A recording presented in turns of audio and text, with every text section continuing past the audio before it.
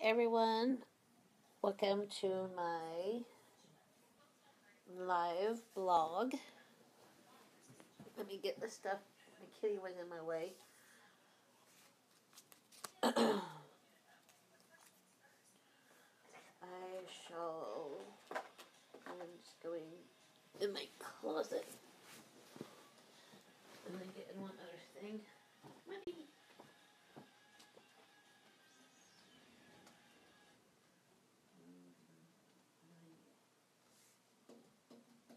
Oh yeah.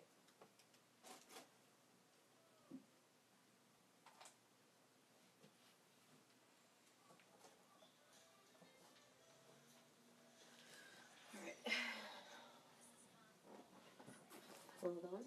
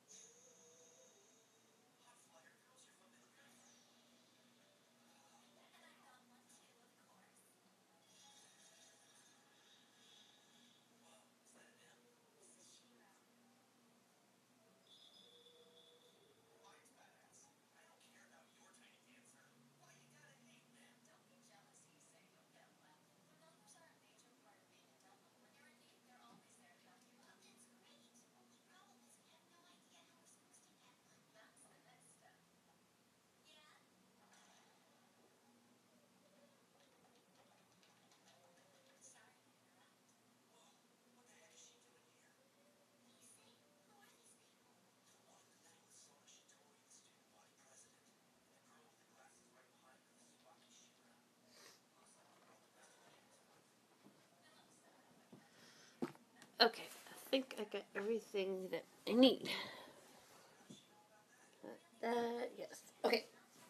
So I have laid out a card spread that I was going to work on, and I figured I'd share it with y'all. I found it on Pinterest, and I have not flipped the cards over yet, so that will be something we'll experience together.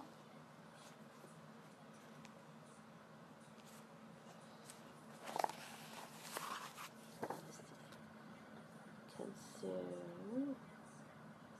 Okay, this is everything that I was going to talk about today.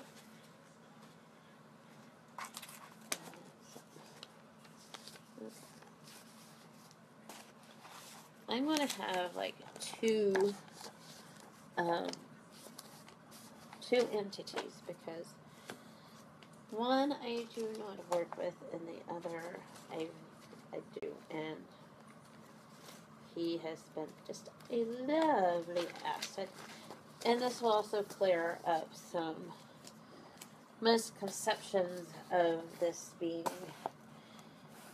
I can't really say he's a being because he's actually not even an entity. But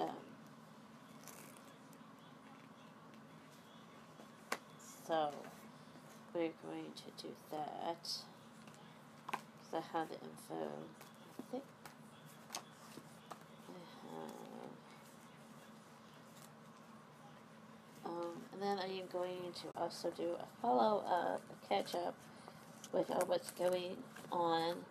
So sometime within the next month, I'm going to be going to Spearman, so there will be a get ready with me on that day. We also are going to have the Oracle of the Day. And then I think that's all I have planned for now. We might just read it. And then I have stuff on here that I have.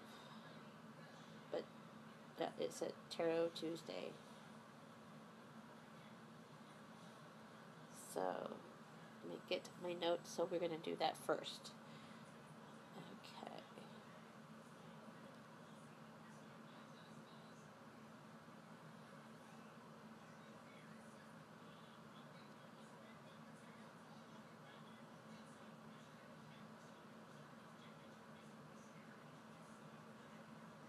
There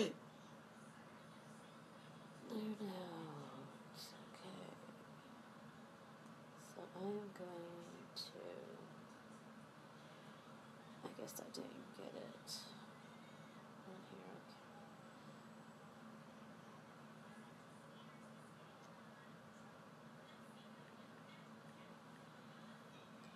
Okay.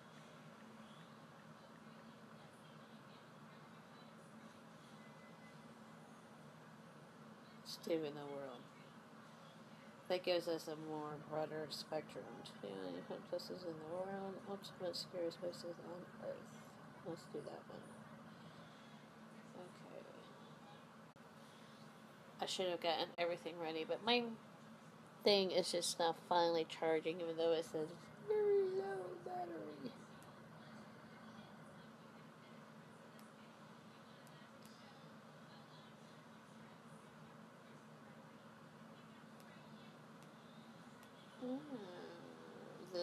This is interesting because this gives what's going on. Okay, so we're gonna do first our haunt, which is Eastern State Penitentiary in Pennsylvania, United States. It says that it was built in 1829. Eastern State Penitentiary is a former prison in Philadelphia, Pennsylvania. It's known for being the very first prison of its kind to introduce solitary confinement, or what they used to call the Pennsylvania system. Prisoners were sent to solitary during this time as a form of rehabilitation. They would be completely isolated, living alone, eating alone, and even exercising alone in their own individual yards. Whenever an inmate left his cell, a black hood would be placed over his head to assure he remained in confinement. That's not nice. I think that's going a little extreme, but oh well, that was back then. Excuse me, but I have had this yuck for like a week, and I'm just not trying to get over it. Okay, so due to Eastern State's harsh approach, many prisoners were driven to insanity, and as a result, from the Pennsylvania system was scraped in 1913.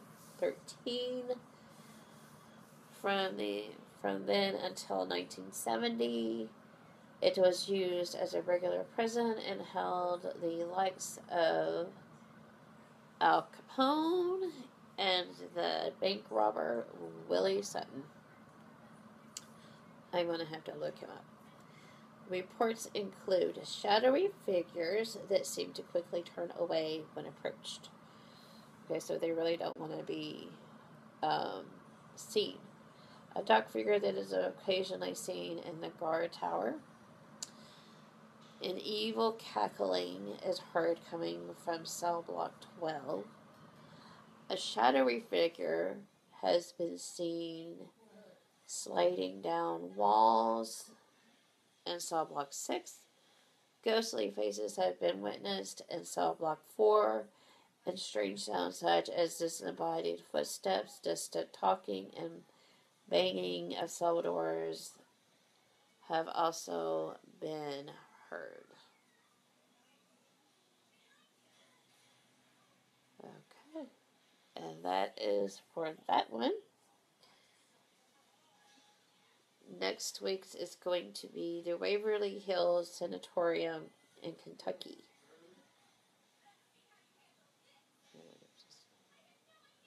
So I'll have it from. I'll just do all of it.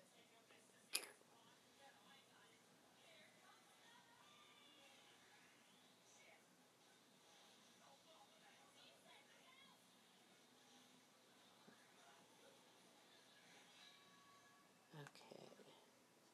So.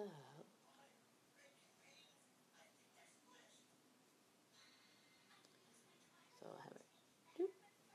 Okay.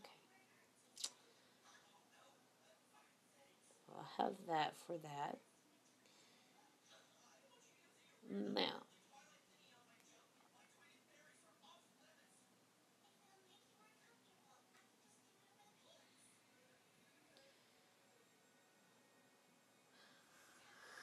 let's see here. For the entities, I want to start with the Kitsune. We got quite a thing going tonight because I got a couple of things that I'm going to share with you. Okay, so Kitsunes are from Japan, are Japanese folklore and are Japanese foxes. A kitsune can have up to 9 tails, depending on its age, wisdom, and power. The only way to kill a kitsune is to cut off all of its tails, as it is said that one of the tails is its main tail and the source of all its power. Not knowing which tail is the main one would have to cut off all of its tails to kill it. 1, 5, 7, and 9 tails are the most common numbers in folk stories. When a kitsune gains its 9th tail, its fur becomes white or gold. A kitsune is a shapeshifter, and usually when it reaches the age of 100, it learns the ability to take on a human form. Thus have to be a fox for 100 years before it can shapeshift from a fox to human and back again. It is also said that the kitsune can duplicate other human beings. In other words, shapeshift into the look-alikes of different people. Kitsune can be either male or female and usually take the form of a young Japanese girls, beautiful women, or older men. Kitsunes are believed to possess superior intelligence, long life, and magical powers. They are a type of spiritual entity, and the word kitsune is often translated to a fox spirit. However, this does not mean that the kitsunes are ghosts, nor that they are fundamentally different from regular foxes, because the word spirit used to reflect a state of knowledge or enlightenment. All long-lived foxes gain supernatural abilities. Alright.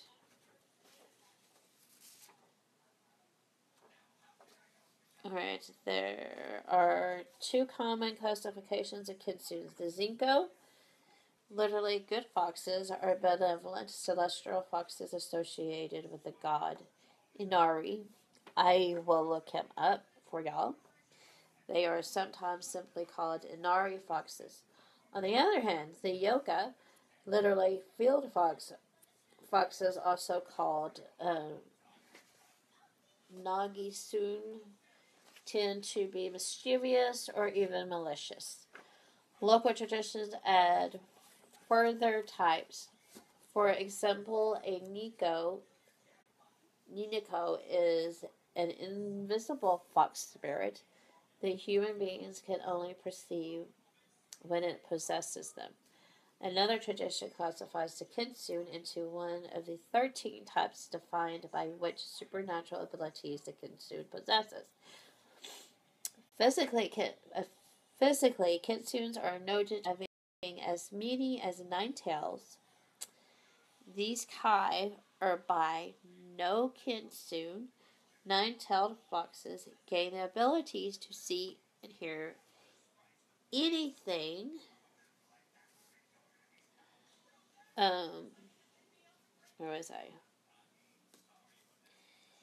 Anything happening anywhere in the world. Other tales attribute them infinite wisdom, omniscience. There are 13 different kinds of kitsunes, each with a corresponding element listed as follows.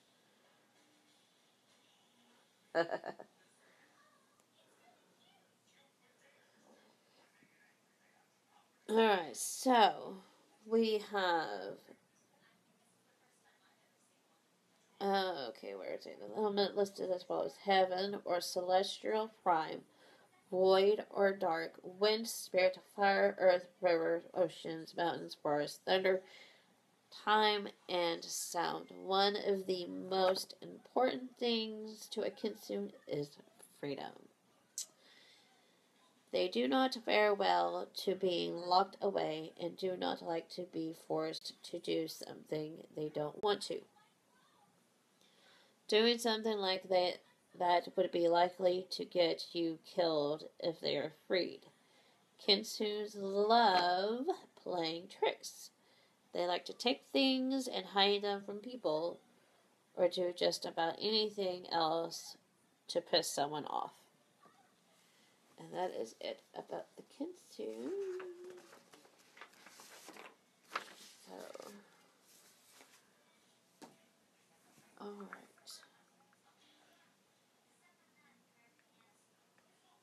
My friend messaged me.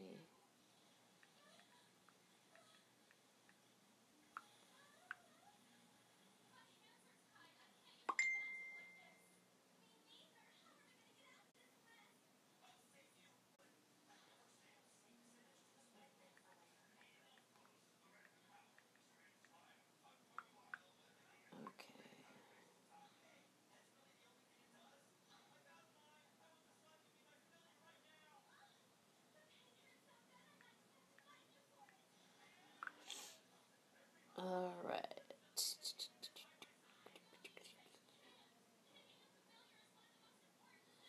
Okay, here we go. Maybe that's not the one.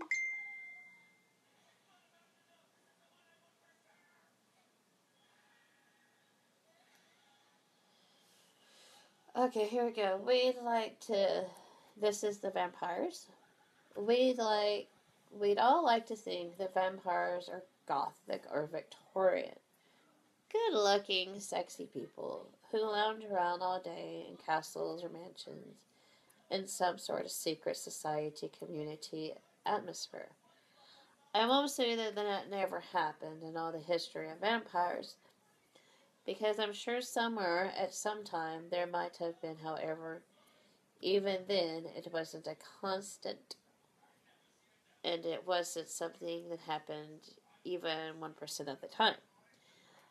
Vampires, like any human or humanoid being, worked a job, had a home, had a life, married, single, even divorced in the time periods and cultures that allowed it. Money spends no matter where they lived or when they lived. So it meant coins, bartering, or paper money. They working Joes just like everyone else around them. No human or human-like being got a free ride just for being cool. Vampires, elves, dwarves, orcs, trolls, merfolk, etc. They all had their own abilities. Such like humans have human-specific abilities. And they all lived amongst each other. Sure, there are certainly some areas that were elves, only vampires, only, etc. But most of the time, the more beings procreated and enriched on earth each other's claimed land, the more different beings commingled with each other. And everyone wasn't so good looking either. Like any race of being, vampires were subject to variations of appearances: facial shape, hair color, eye color, height, weight, size, shape, color, and were not absolved from deformities, illnesses, and other non-conformity issues such as tooth decay, fertility problems, and other known issues rampant amongst multiple races. From humans to vampires to dwarves to etc.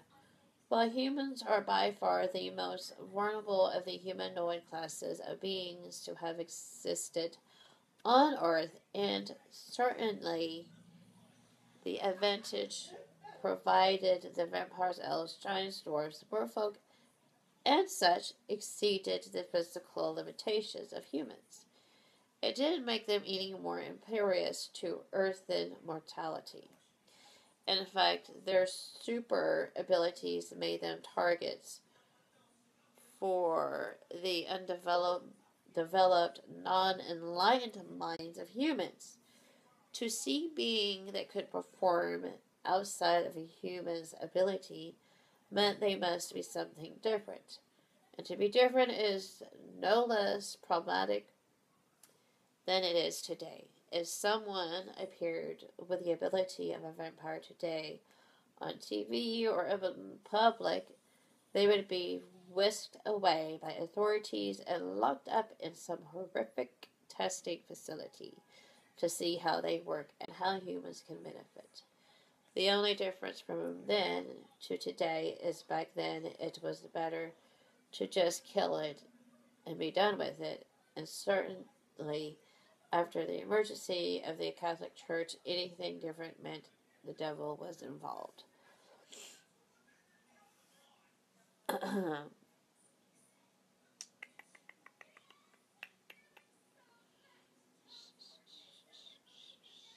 So, where was I?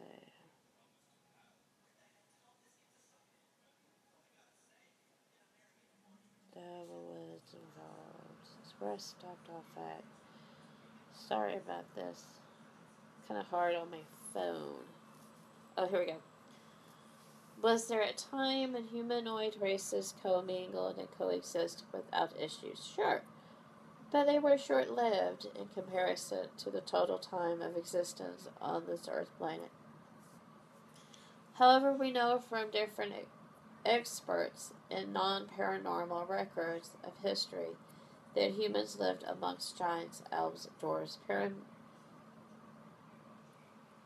pygmies, and special races of humanoid beings for centuries.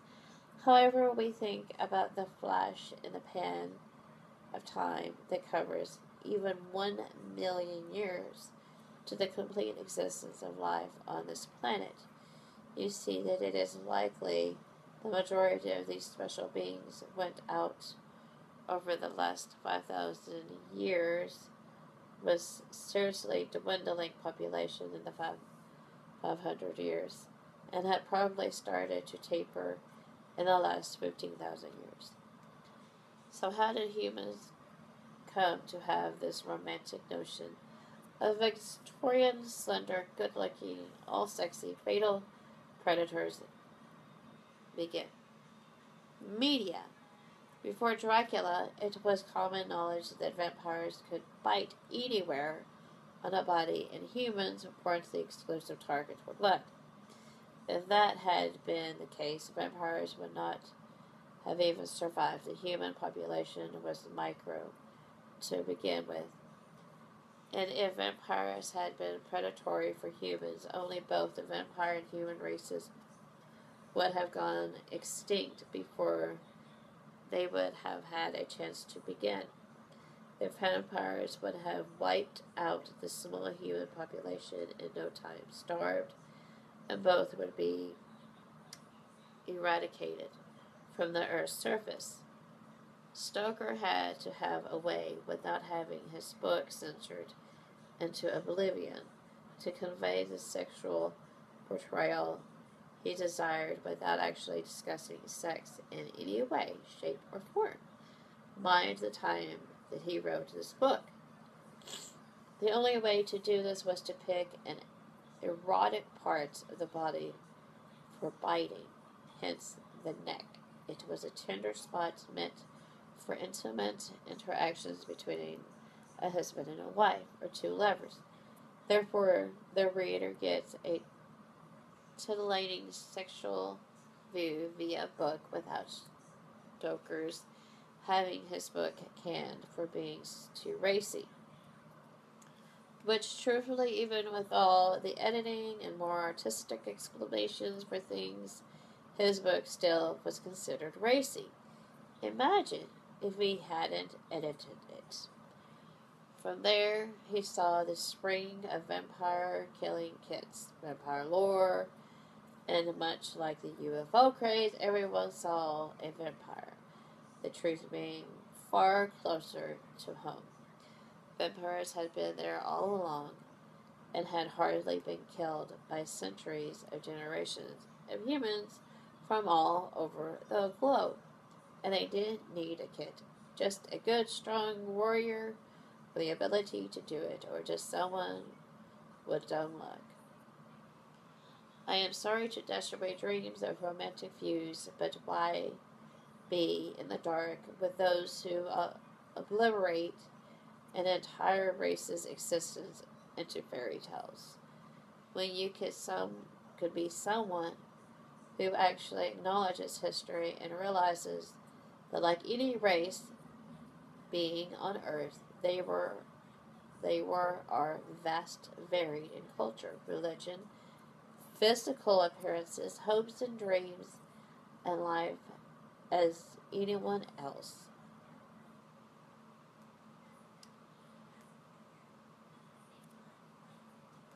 So, and I'm just going to read the next part next week to you. But that gives you a little in depth on what a vampire really is. So, 26 minutes. Wow. Let's do the card of the night so we can get on to the next part.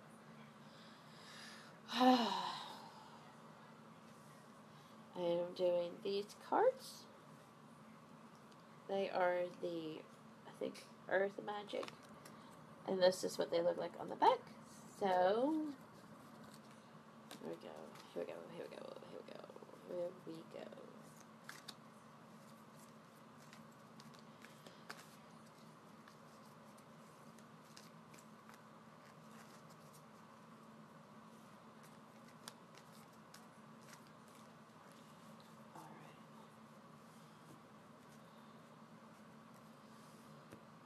What is our card? Karma DNA. Let me look that card up. I don't have my book with me. It's somewhere here in this house code.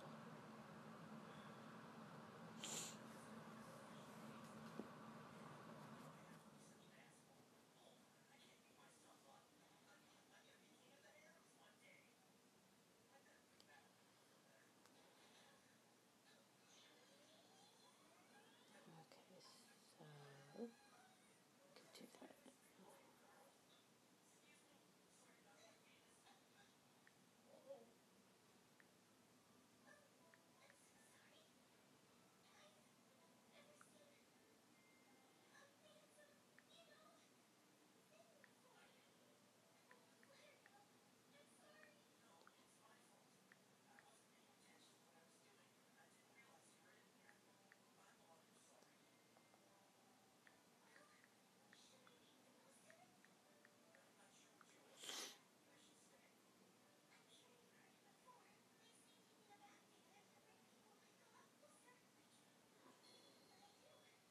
that.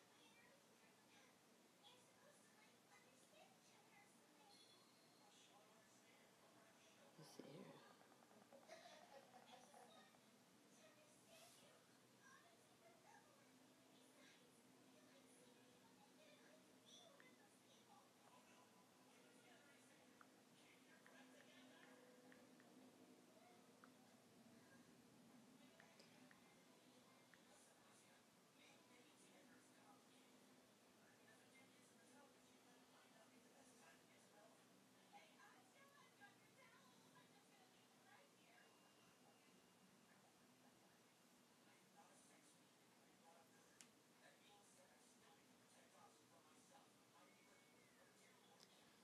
Surely I can find DNA in here.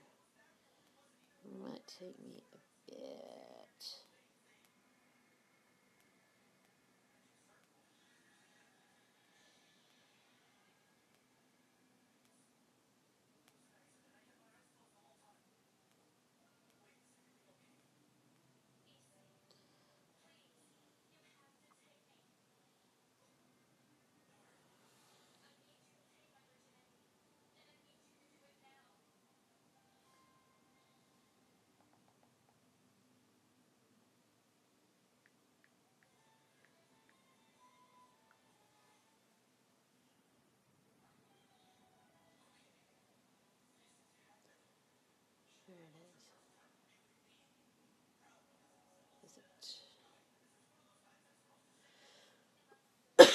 Okay.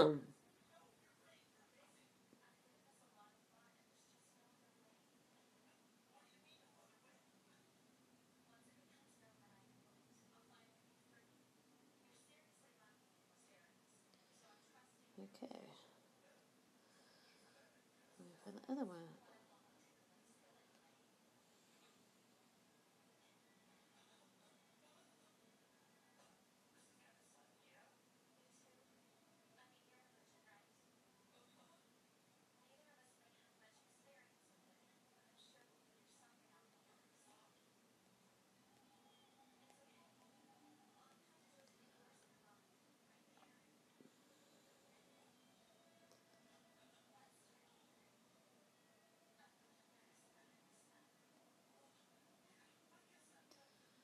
I cannot find it. Maybe I'll just go into the other card.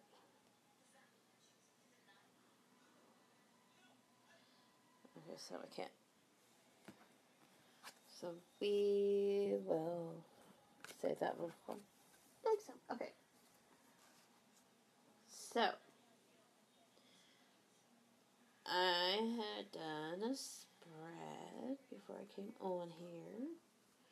I have not. I have not flipped over the cards yet.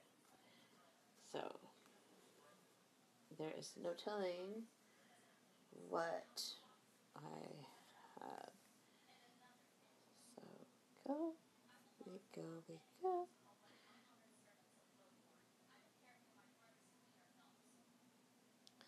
Okay, so card one is the spread is improve your craft spread, and it's card one is where you are in your craft. So, and there's no reverse meaning, so that is the Ace of Wands. And that's beginnings, I do believe. I do believe. Let me see. I gotta put my stuff on.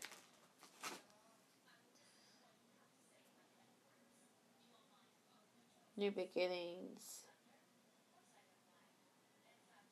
Yep. So new beginnings. And wands are fire. So we're dealing with action.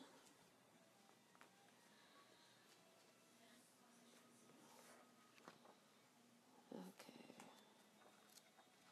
I'll read it to you. I'm just going to read the meaning because the other is like so very long. Okay. Here we go. The aces.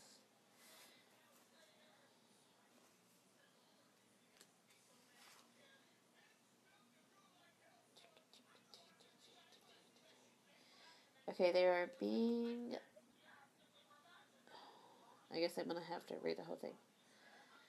Okay, it is the possibility of creative excitement, adventure, a challenge to step forward with courage and confidence.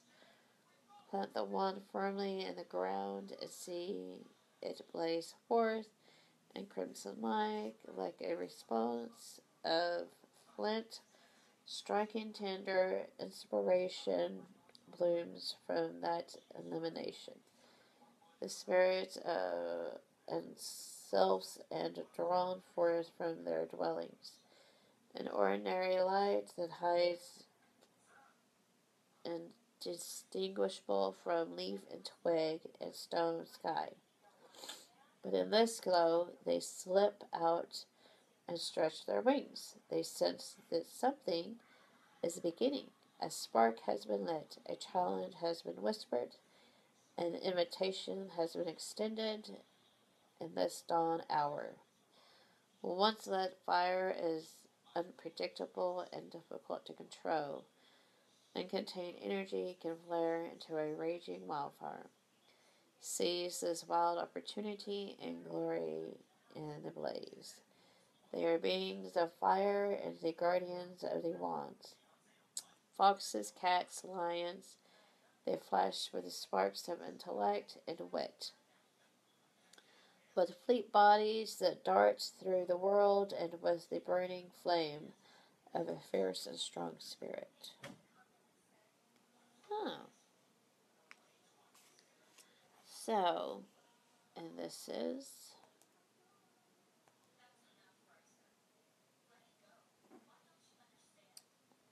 where I'm at in my craft.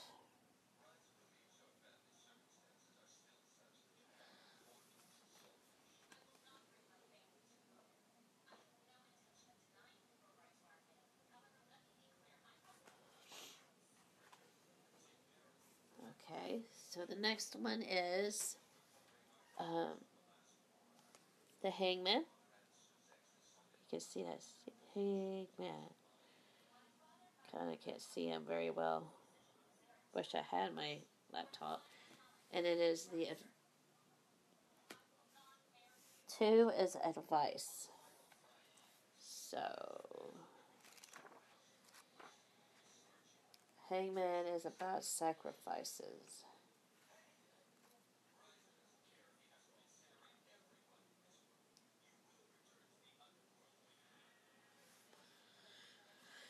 Okay.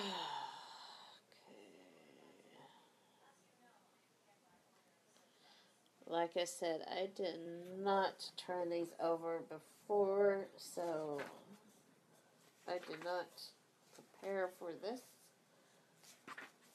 I want it to be like spur of the moment.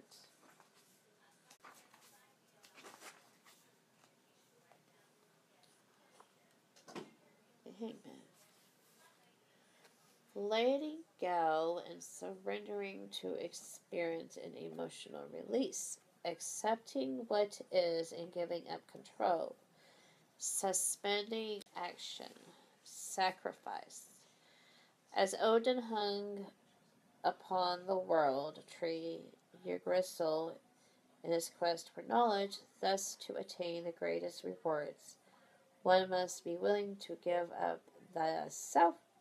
The Hangman also urges you to reverse your view of the world and see things in a new light.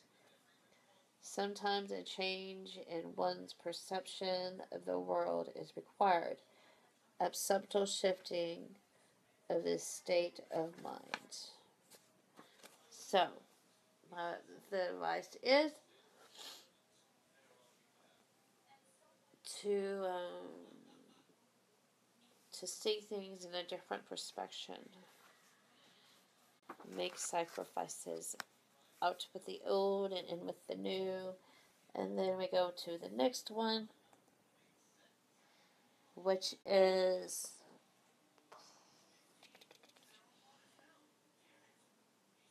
places to look for inspiration. 2 of Cups. Don't know, 2 of Cups are all about relationships. As you can see, they are intertwined. So this is going to be my relationship. That's where I'm going to find my inspiration. How neat. Cups. 2 Cups. The 2 Cups is making a connection, a union, a partnership. It is the bringing together of opposites and the potential for bonding. It is a relationship like a living organism. Relationships grow. The ones that are strong become pillars of something or other. What does it say? So, yep. And then your last card is going to be until 11 o'clock. How to unlock my potential. 8 of Wands. So, we know Wands are fire. 8s are movement, power, and progress.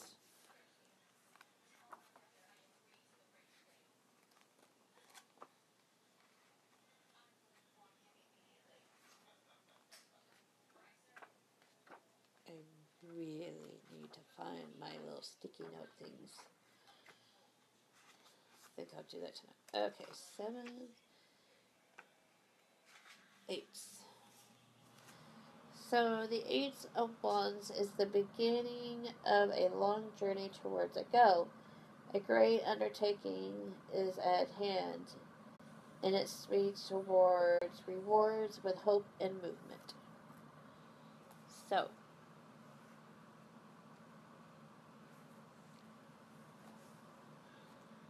that is where I will unlock my potential. Cool.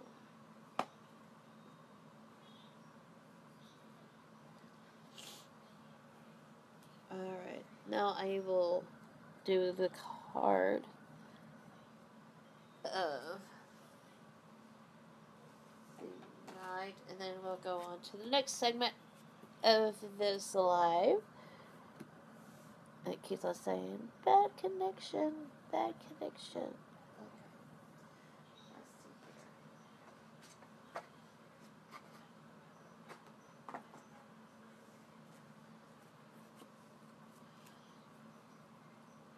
So,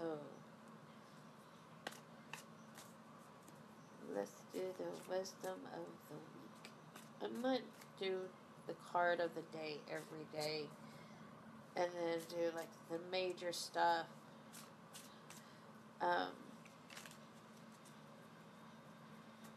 Once a week. And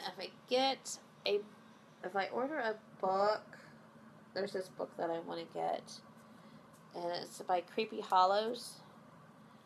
Creepy Hollows has this book, and I want to order it if my hubby will let me order it. And once I come in, I will do a book review on it.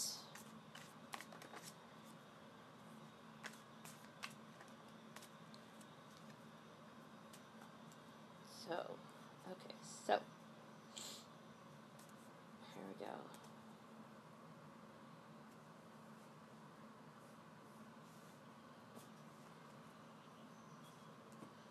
What is going to take place? You could do a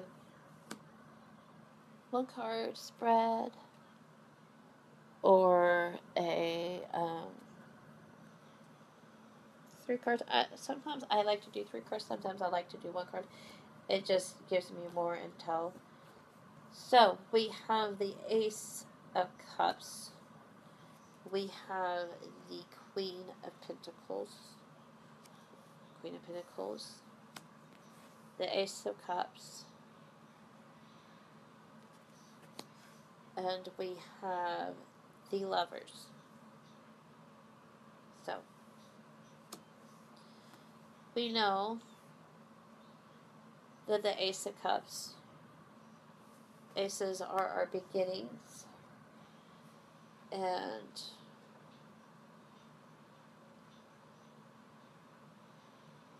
our new beginnings. So,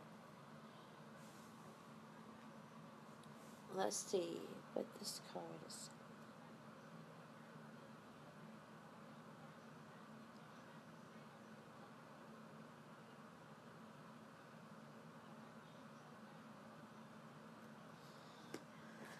I've got to get used to my cards without even freaking looking at the meaning.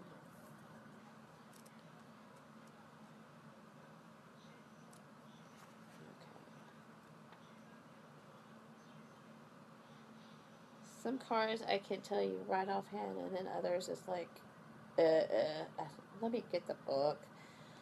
Okay. So we have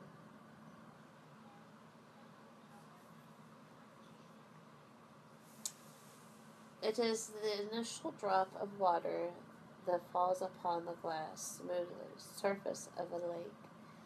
There is an almost imperceptible ripple that starts to spread in expanding rings. It is the shrug of a tiny earthquake that sends a shudder up through ocean waters to accumulate in crushing waves upon a distant shore. It is the first stirring of emotion, of compassion and love, of intimacy and of attunement.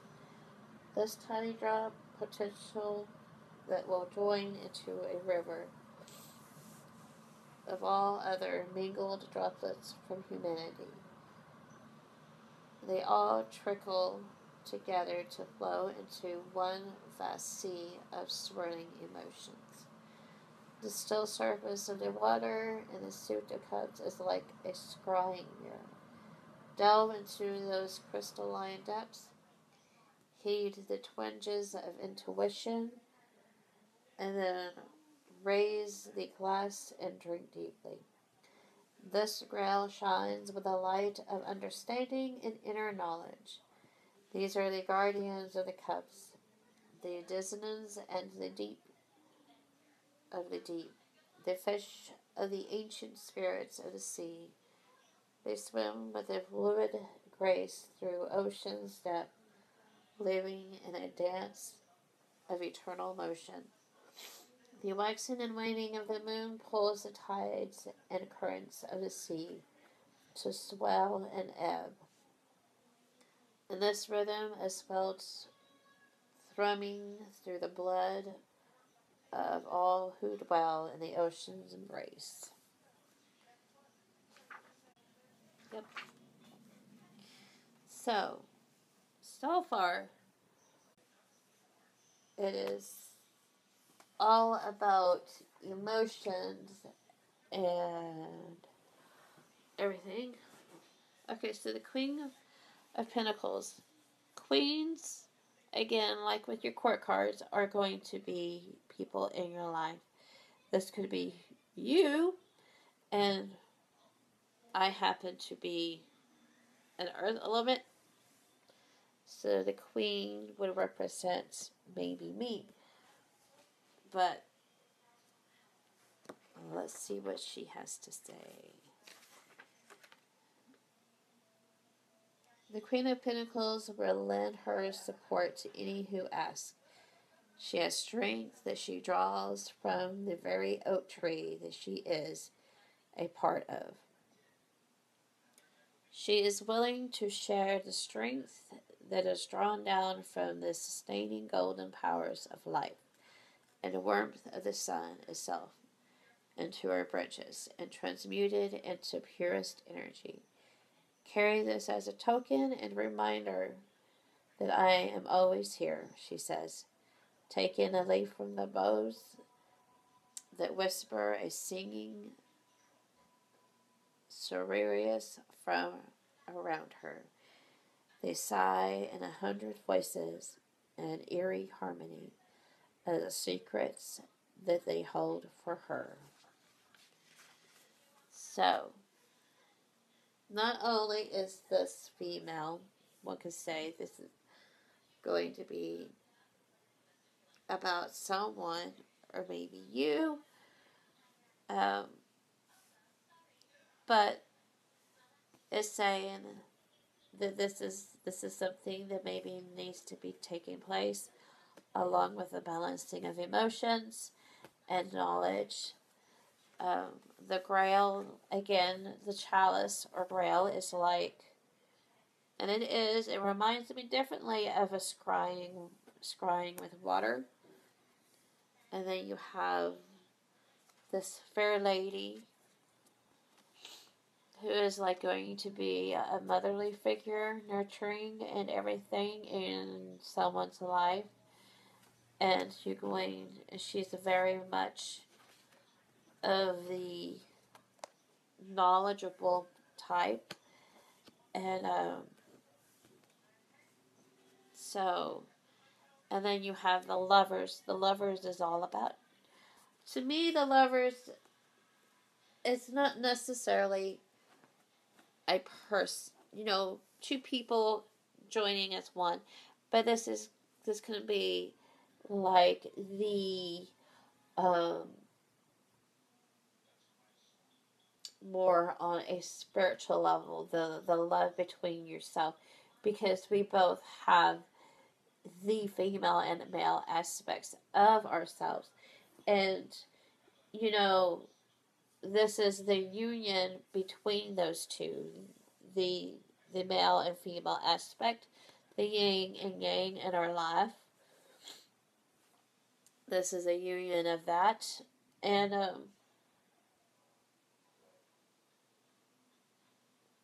so yeah, it's just that is that card. And together it looks like,